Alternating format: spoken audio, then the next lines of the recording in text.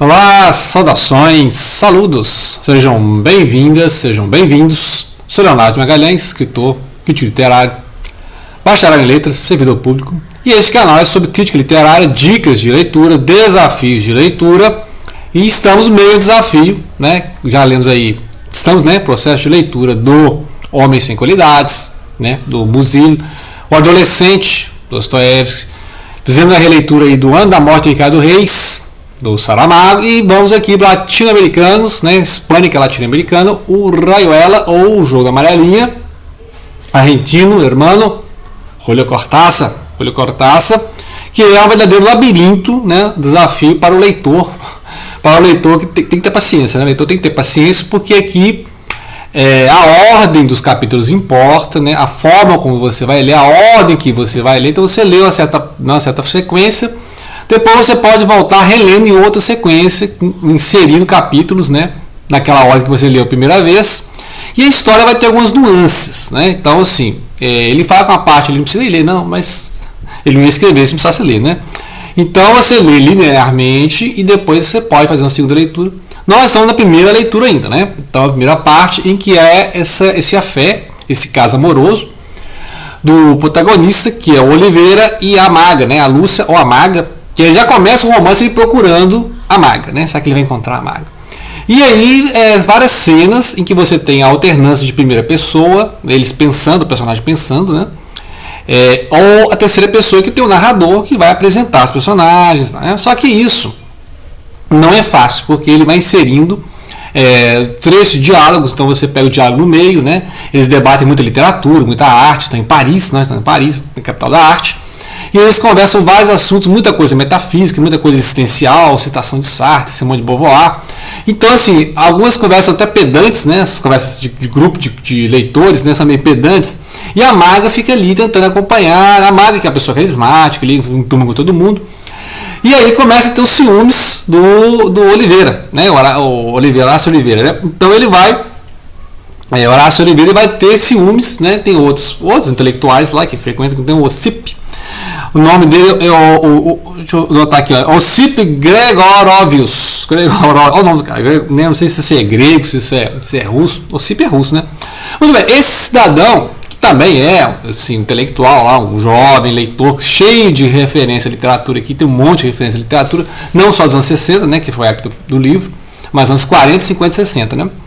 E aí esse Ossip tem um interesse amoroso também na maga, né? Assim, daí fica essa questão aí amorosa, esses ciúmes. E aí vai ter claramente aquelas cenas de ciúme, né? Tava demorando, né? A primeira início do romance é muito isso, é boemia, os amigos, as noitadas, né? Mas aí começam os problemas, né? Lá no capítulo 20 vai começar então as cenas de ciúme, né? Só a primeira parte ainda, primeira parte do livro, né? 36 capítulos iniciais. Na primeira parte, então, é isso, começa as cenas de ciúme, aquelas cenas dramáticas, bem novela mexicana, né? E aí o Oliveira acusando a maga de ter amantes, inclusive esse jovem Ossip, né, que também é um amigo do casal, que frequenta lá a casa, né? E ao mesmo tempo tem um drama ali da maga com o filho, né, que é o Rocamadour. Rocamadour é um menino, né, um bebê, né, assim, a gente não fala a idade exatamente, é um bebê, até uns 3 anos, a gente pode falar 2, 3 anos, né? E aí fica ali o bebê tentando dormir, eles acordam, fica discutindo, né? Rindo em voz alta, acordam a criança, e tem que fazer a criança dormir. E aí o Oliveira já não está aguentando muito isso, né? O Oliveira não tem um ar muito paternal, ele não é o pai da criança, né? Então o Oliveira, sim, não está aguentando muito choro de criança e tal, ele está pensando em ir embora, eles vão discutir, né? Aí vai aquela famosa discutir a relação, né? Aquelas DR, né? E eles vão discutir então a relação e aí ele vai embora, bater a porta, né? Então imagina-se que ele vai embora e não volta mais, né? Nossa, você bateu a porta, estão brigando. Essas discussões de casal são sempre dramáticas, um começa a jogar na cara do outro, nas coisas, né? Você tem amante, você não tem amante, você me ama, você não me ama. E aí, toda aquela parte que você viu meio fragmentada no início, parece dar né? Você entende mais ou menos qual é a relação entre eles, né? Um casal bem existencialista, assim, digamos, né? Mas só que é muito desencontro de casal. Enquanto alguns colegas falam assim, que você se completa, você é o seu casal perfeito, mas você vê que a forma como eles leram certos acontecimentos é diferente. Então ele está mostrando aqui o desencontro do casal, né? Então aquela experiência que os amigos acharam que eles partilharam em comum, eles, né? Aí ela fala assim que cada um tocando a melodia, como se estivesse lá, né? Na apresentação musical, e cada um toca ali uma melodia, uma métrica diferente. Então, toda aquela perfeição do casal, né, não existe. Então, a discussão vai, né, então ele, né, começou a discutir melhor ir embora. Então, né, e aí a impressão de que e aí vai alternando, porque tem esse narrador em terceira pessoa que vai explicar o casal ali discutindo e tal, e a mente do Oliveira você vai acompanhando as andanças em várias cenas que ele andando em Paris, né? Aquele Flaunet, o cara andando em Paris. Então, assim, essa alternância de capítulo com a primeira e terceira pessoa e também o enfoque, né, que está acontecendo. Então, por exemplo, tá lá o cara andando na rua e vê um atropelamento. Assim, né? E um monte de pessoas anônimas andando pela rua, viu um atropelamento e fala assim, as pessoas vivem sozinhas, né, morrem sozinhas aqui nos seus apartamentos em Paris.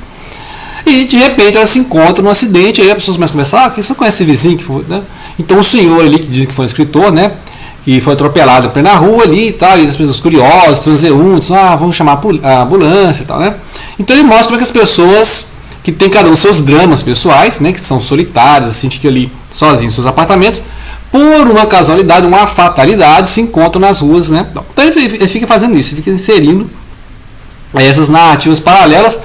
E aí aparece o Ocipe para conversar com a Maga. Então tem outros capítulos que sai da mente do Oliveira, e aí apresenta mais o seu Ocipe, que lá na primeira, né, no início dos primeiros capítulos, o Ocipe não tinha essa riqueza humana que tem esse diálogo, e ele tenta, né, demonstrar afeto, né, dar em cima ali da Maga, e a Maga está preocupada com o filho, preocupada com o Oliveira foi embora, né, e aí dessas conversas entre eles e tentar explicar para outra pessoa a relação dela com o Oliveira, né? Então a gente tem lá aqueles fragmentos, né, dos primeiros capítulos, depois tem a discussão dos dois, o que um pensa do outro, e aqui ela explicando para um terceiro, né? Então é interessante esses pontos de vista. Você tem a relação do casal ali, vários fragmentos, depois você tem a DR do casal discutindo, e depois você tem a mulher explicando, depois de abandonada, imaginou-se abandonada, né, como é que era a relação dela com o Oliveira. Enquanto que esse amigo do casal também está interessado na Maga, né? Então é interessante isso aí. E aí, no 28, tem a volta do Horácio Oliveira. Ele então andou na rua, conheceu a pessoa, foi lá num concerto de piano, que a mulher começou a tocar tão mal que todo mundo foi embora, né? Umas coisas assim, surreal. A mulher tá tocando piano lá e foi tão péssima o concerto que vai esvaziando. Só sobrou Oliveira lá na última carteira lá. Você ficou. E aí a mulher começa a falar as mágoas, né? Aquela artista, assim, uma artista já em fim de carreira e tal. Essas coisas assim que, né, vai se entender.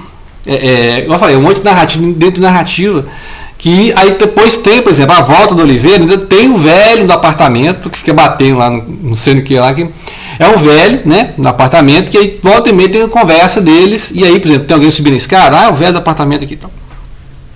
E aí fica uma série de discussões, porque, né, o Oliveira vai chegar no apartamento e vai encontrar o Ocipe lá conversando, né, com a Maga. A gente já sabe que ela, né, resistiu aos encantos dele, à sedução dele, mas o Oliveira não sabe, né? O Oliveira acha que os dois estavam ali, né, numa relação tal, né? E aí ele, né, chega assim, ela esperou, né, se eu ia voltar ou não. E aí o Oliveira fica realmente magoado, porque ele realmente acredita que, né, nós leitores sabemos que não. Então você vê o mal entendido, né, do casal. Nós, leitores, né, sabemos que não tem traição, mas na mente do Oliveira tem traição. E aí eles estão lá conversando, chegam outros amigos, todo mundo quer tomar cachaça, interessante que o cachaça, que o cara nem sabe o que era, né? Esse é vodka, o que é isso aí? Né? Nem sabe o que é cachaça, mas, né, vai fazer sucesso ali nos anos 60, os franceses descobriram a cachaça, então, né? O aguardente, né? O famoso aguardente. E aí tem essas dificuldades dos diálogos, né, entre os amigos que vão chegando ali, e aí o velho quer dormir, fica lá batendo, né? Imagina, você 3 horas da manhã, os colegas conversando alto sobre literatura no apartamento, então o velho começou a bater ali, né, nas paredes. Então.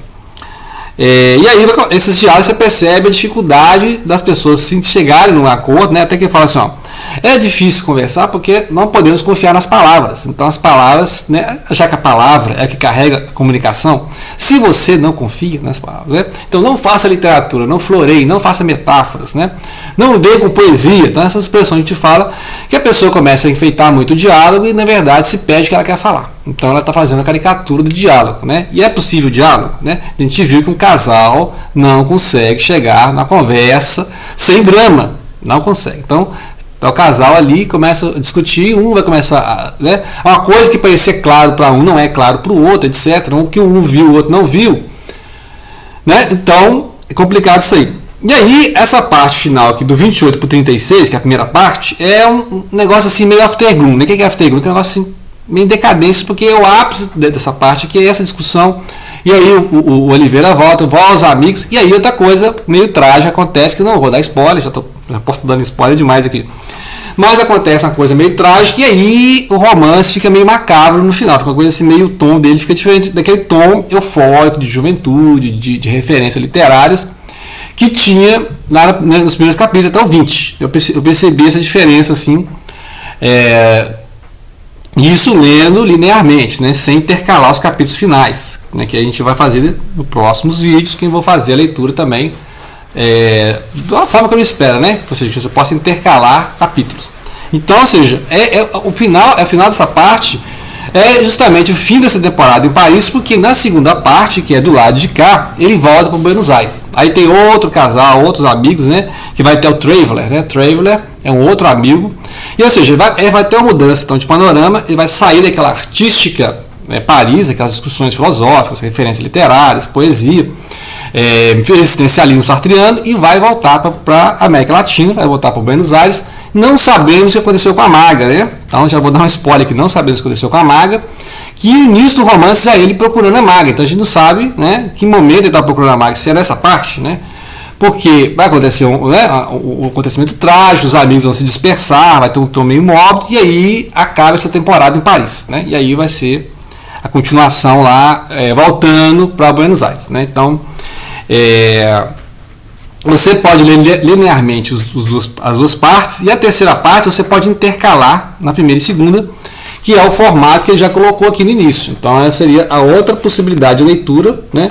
Você ler a parte 1 e 2, né? Seguindo 1, 2, 3, 4 tal. Ou então você vai intercalando esses capítulos finais, que aí vai ser o quê? Notícias de jornal, né? Conversas, trechos de diálogo, pensamentos, telefonema, cartas que alguém leu. Então, isso vai rechear algumas coisas ou complicar coisas que você achou que entendeu na primeira leitura, né?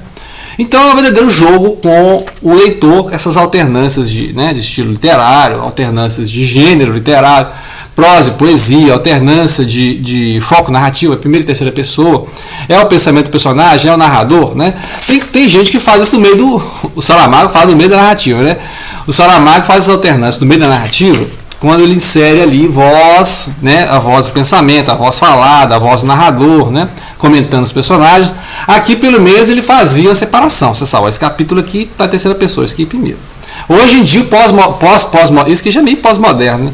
O pós-moderno já é misturar tudo. Você não sabe o que é narrador, o que é pensamento, o que é personagem, né?